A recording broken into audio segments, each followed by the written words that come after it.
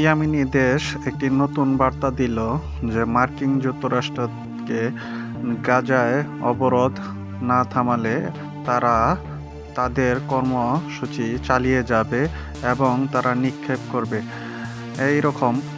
এইরকম প্রতিবেদন জানালো ইয়েমেনি। তো চলুন মূল প্রতিবেদন থেকে দেখে আসা যাক।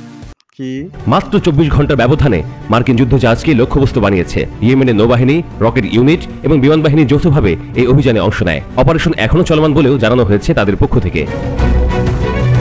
এই ঘটনাকে শুধু একটি সামরিক প্রতিক্রিয়া হিসেবে দেখা যাচ্ছে না, বরং এটি হয়ে উঠছে এটির ঘোষিত প্রতিরোধ যুদ্ধের অংশ, যেখানে ইয়েমেন সরাসরি যুক্তরাষ্ট্র ও ইসরায়েলের বিরুদ্ধে ময়দানে নামছে। বিবৃতিতে বলা হয়েছে, আমাদের সামরিক অভিযান অব্যাহত থাকবে, মার্কিন যুদ্ধজাহাজ ও ইসরায়েলি সামরিক স্থাপনাগুলো আমাদের টার্গেট।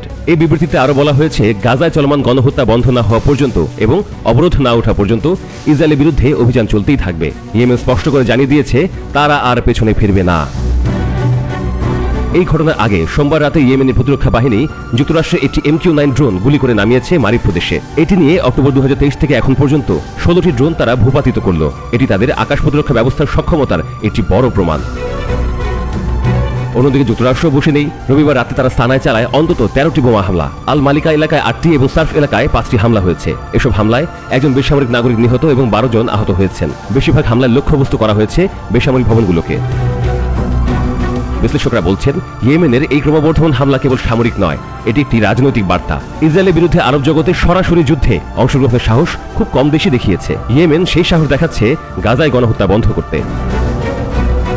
ইয়েমেনি হামলার প্রভাবে ইসরায়েলের এলাত বন্দর কার্যত বন্ধ হয়ে গেছে, যা অর্থনৈতিক দিক থেকে তেল আবিবের জন্য বিশাল ক্ষতির কারণ।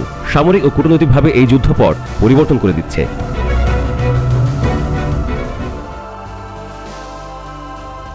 ইয়েমেনি দেশ তো মার্কিন যুক্তরাষ্ট্রকে কঠিন একটি বার্তা দিলেন। তো এরকম বার্তা তা আর কখনো দেয়নি। তো এরকম নিত্য নতুন ভিডিও পেতে নিউজ বাংলা 1218 সাথে থাকুন। আমি পলাশ এই মুহূর্তে বিদায় নিচ্ছি। ফিরছি আবার নতুন